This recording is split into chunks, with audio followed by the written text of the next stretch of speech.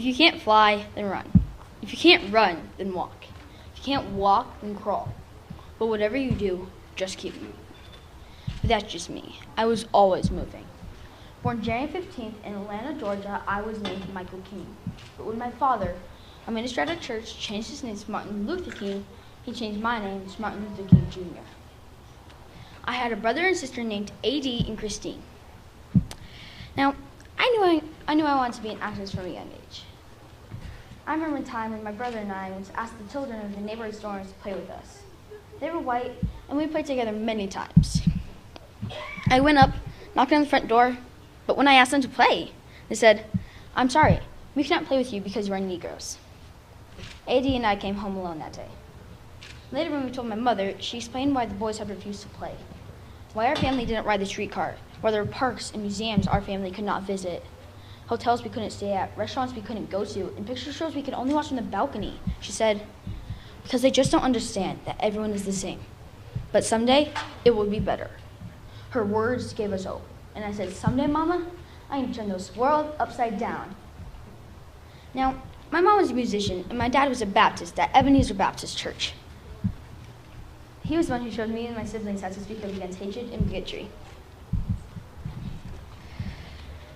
I remember a day when my father and I went to a shoe store. The owner said he can only service in the back. My father grabbed me by the hand and left.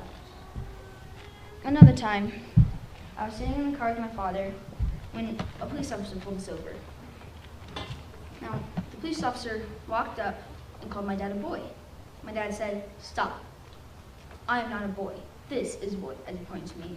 "I am a man, and I will not listen to you until you call me so." As we grew up, I saw more and more of this. I kept going. When I was 15, I went to Morehouse College, the only all-black men's college in the world. I soon earned my bachelor's degree in sociology.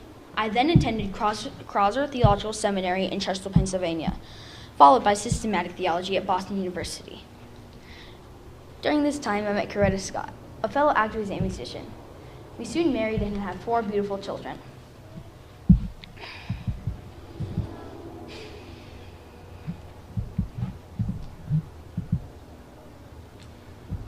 I later followed this as to become leader in the civil rights movement. During this time, Rosa Parks got arrested because she did not give up her seat on a bus. I helped organize the first civil rights movement, a boycott called the Montgomery Bus Boycott. This stopped the separation of blacks and whites on buses.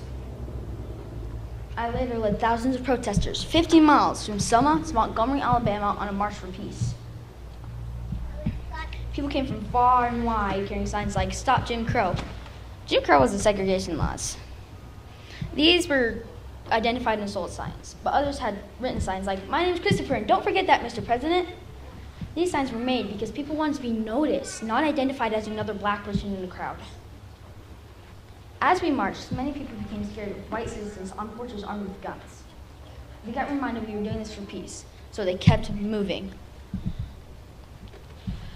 The night before one of my most remembered speeches, someone damaged the sound system. Repairmen worked all night to fix it. But later that day, I gave my most famous speech. I have a dream. I have a dream that my 4 beautiful children will soon live in a world where they are not judged by the color of their skin, but by the content of their character. This speech changed the lives of many African Americans. I almost literally turned the world upside down. If you can't fly, then run. If you can't run, then walk. If you can't walk, then crawl. But whatever you do, just keep moving. That's just me. Remember, that can be you too. Any questions?